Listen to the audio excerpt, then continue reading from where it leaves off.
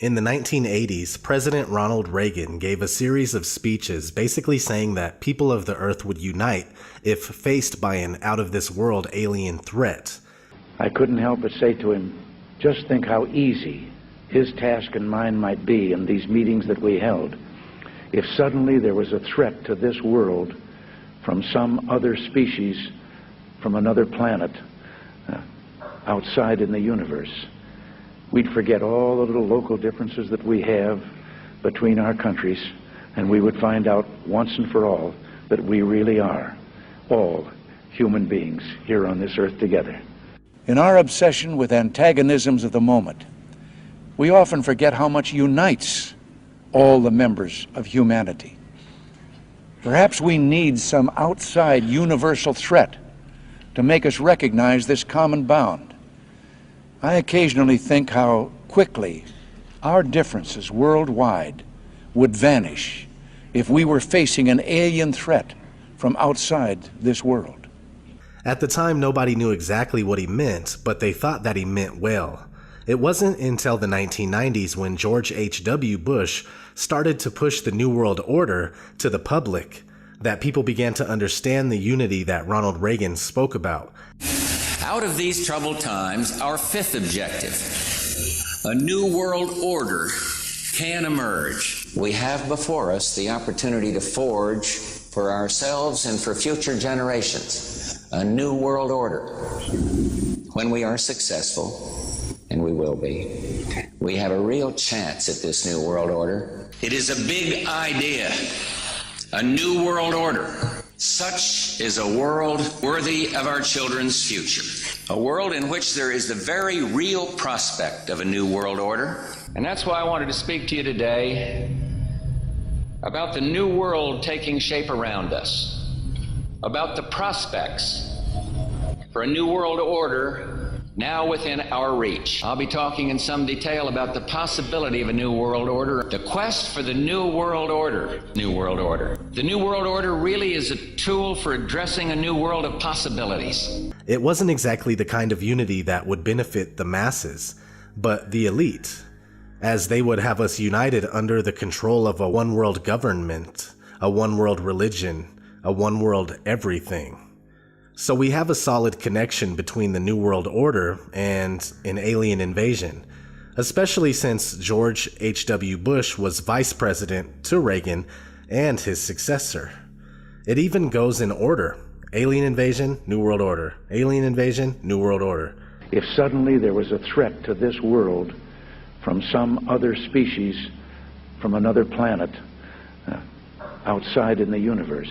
We have before us the opportunity to forge for ourselves and for future generations a new world order. Perhaps we need some outside universal threat. It is a big idea, a new world order. Let's fast forward to more recent events where we are seeing the alien agenda escalate more than ever. 2014, Bill Clinton talks about aliens on Jimmy Kimmel. Take a quick break. But when we come back, I hope you will indulge me in something, because I want to ask you about your access to the files on the UFOs. Okay? President Clinton is here with us. We'll be right back. President Bill Clinton is here with us. So if I was president, and I won't be, let's be honest, the first thing I would do after putting my hand on that Bible and taking that oath to serve the country is I wouldn't even probably finish the oath. I would run to the White House. I demand to see all the classified files on the UFOs. Because I want to know. I'd want to know what has been going on. Did you do that? Sort of. Sort of. Yeah, we had, I think it was at the beginning of my second term, we had the anniversary of Roswell. You waited that long? I did. Wow. Well, I didn't. And then there's also Area 51. You remember there was a great sci-fi movie where there was an alien kept deep under the ground in Area 51? Well, first I had people go look at the records on Area 51 to make sure there was no alien down there. And people thought that because everybody who works there has to stop about an hour away and put on special clothing and then drive in and out. And that's because a lot of our stealth technology is made there. We know that now, but there are no aliens there. So then when the Roswell thing came up, I knew we'd get, gazillions of letters. So I had all the Roswell papers reviewed, everything.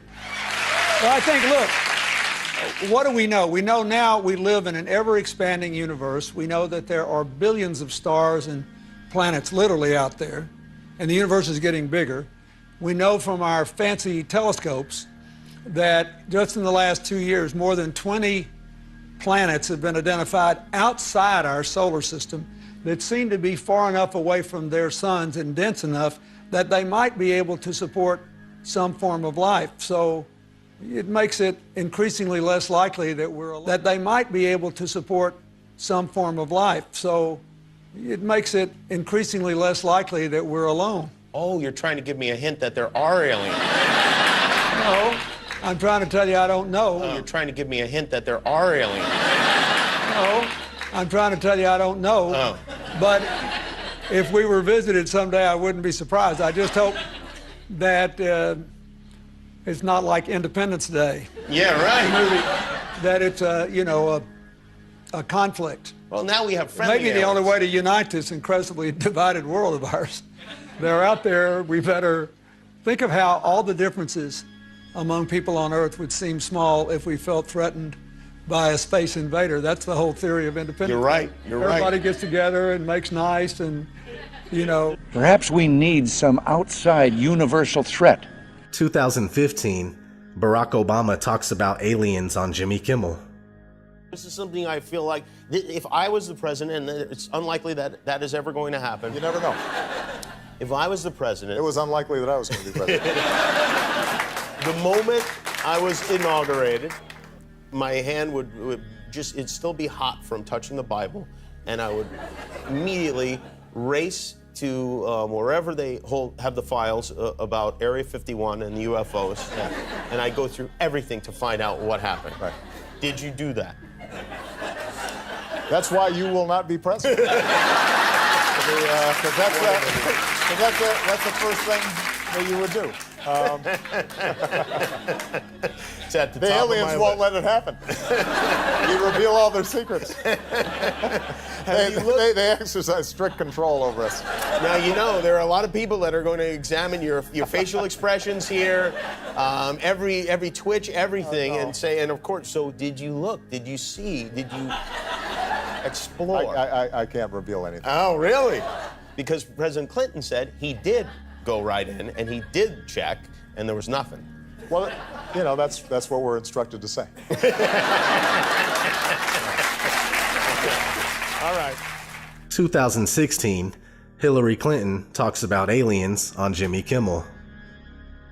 When we had your husband, President Clinton, on this show, he said, I asked him about UFOs in Area 51, and if he looked in, because if I was president, that's the first thing I do. I go right into those files and see what was going on. Right. And he said that he did do that. Yes. And that he didn't find anything. Well, I'm gonna do it again. Yeah, why not? Right? And there's a new name. It's unexplained aerial phenomenon. Unexplained aerial phenomenon, really? Yep, UAP. That's the latest nomenclature. I like the old one. I like UFO. I don't know why. Well, I think we can use them interchangeably, but I would like us to go into those files and hopefully make as much of that public as possible. If there's nothing there, let's tell people there's nothing there. What if there is something there? Well, if there is something there, unless it's a threat to national security, I think we ought to share it with the public. Well, what if everybody's all hopped up on medical marijuana and everybody gets paranoid? I would love it. That's why I want more research. If you share it with me, I'll decide what is the best course of action. I really have my ear to the ground. Well, I'm more than happy to do that. In my line of work, you got to keep repeating things over and over and over again for the truth to sink in, to kind of catapult the propaganda.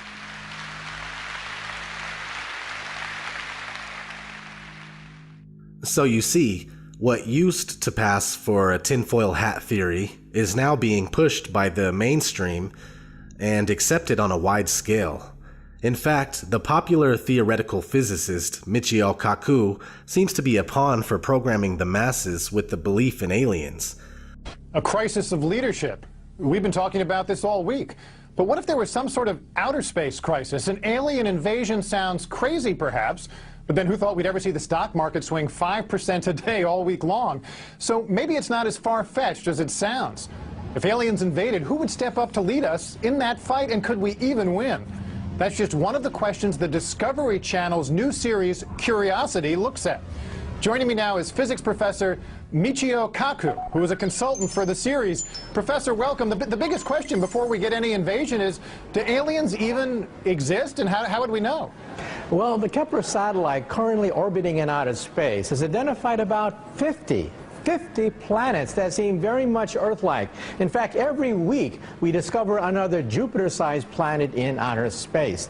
Now, to be sure, most of them probably have no more than microbial life, just germs. But a few of them may have intelligent life, perhaps even more advanced than what we have on Earth. Now, so how does this actually work? When Discovery decided they were going to do a show on alien invasions, your phone rings because you're on the sort of speed dial for theoretical physicists who can help them do the war game for how this might play out? Well, believe it or not, we physicists have actually studied the question of what happens if we do encounter a hostile advanced civilization in space. Open your mind to the possibility that one day we will make contact with an intelligent civilization in outer space that could be thousands, millions of years ahead of us in technology.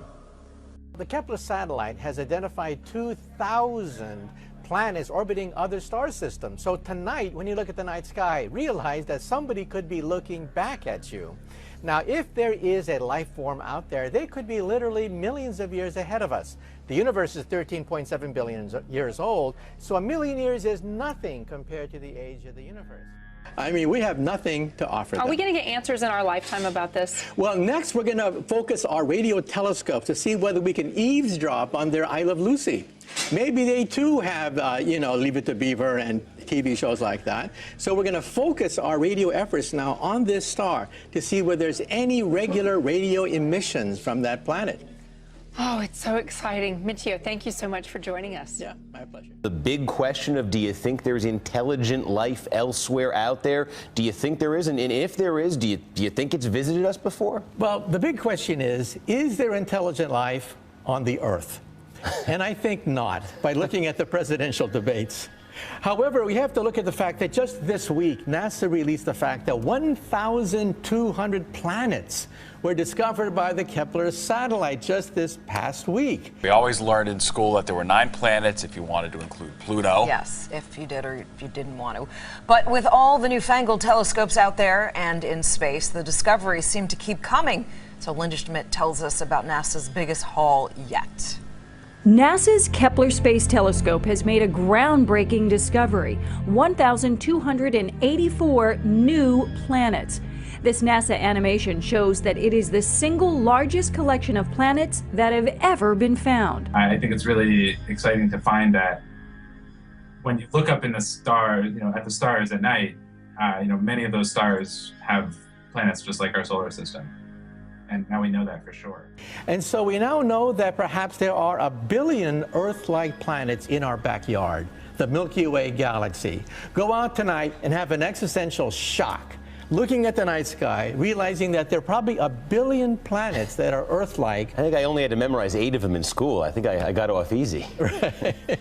And to think that we're the only game in town, I think, is kind of presumptuous. But that question, though, the idea that there is intelligent life and it's been here, do you think we've been visited by extraterrestrial intelligent life? First of all, I think they're out there, okay? To kind of catapult the propaganda.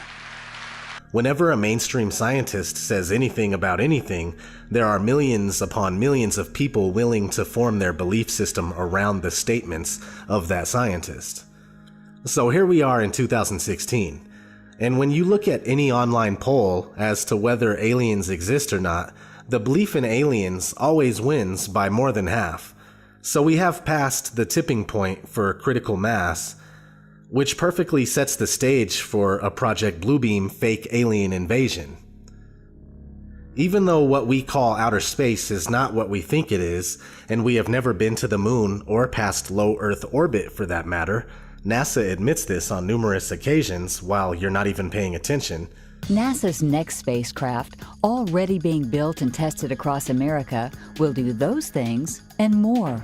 This is the spacecraft that's going to take humans to explore the solar system. It's the next big step for NASA in exploration. Called the Orion Multipurpose Crew Vehicle, or MPCV, this next-generation spacecraft will enable America to explore beyond low Earth orbit. As we get further away from Earth, we'll pass through the Van Allen belts, an area of dangerous radiation. But Orion has protection. Shielding will be put to the test as the vehicle cuts through the waves of radiation. Sensors aboard will record radiation levels for scientists to study. We must solve these challenges before we send people through this region of space. The plan that NASA has is to build a rocket called SLS, which is a heavy lift rocket.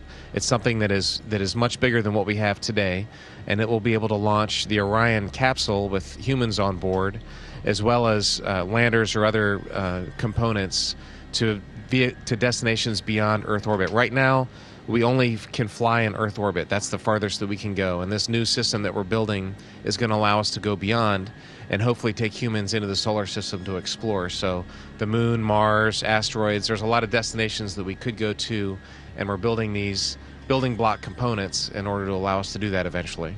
So this leads me to flat Earth and why, if we knew the Earth is flat and enclosed by an impenetrable barrier, Project Bluebeam would not work.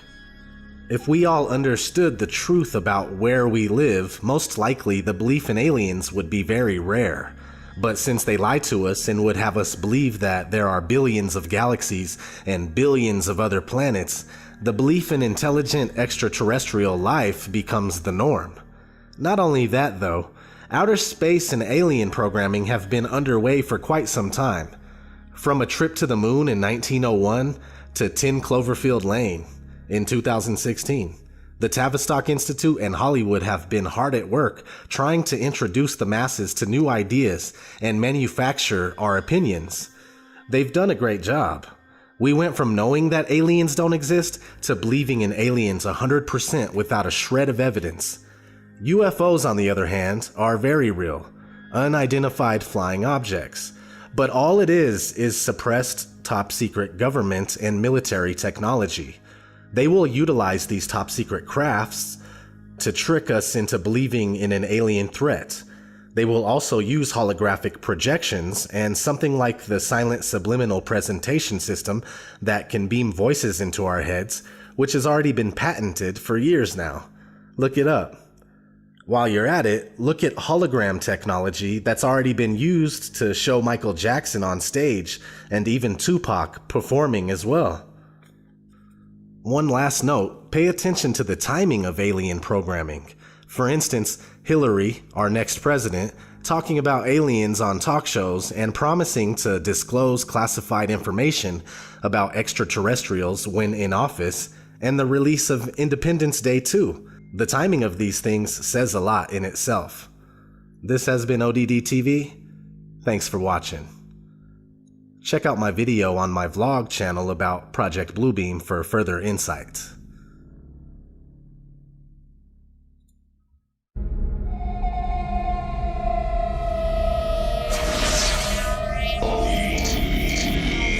Well, the big question is there intelligent life on the Earth?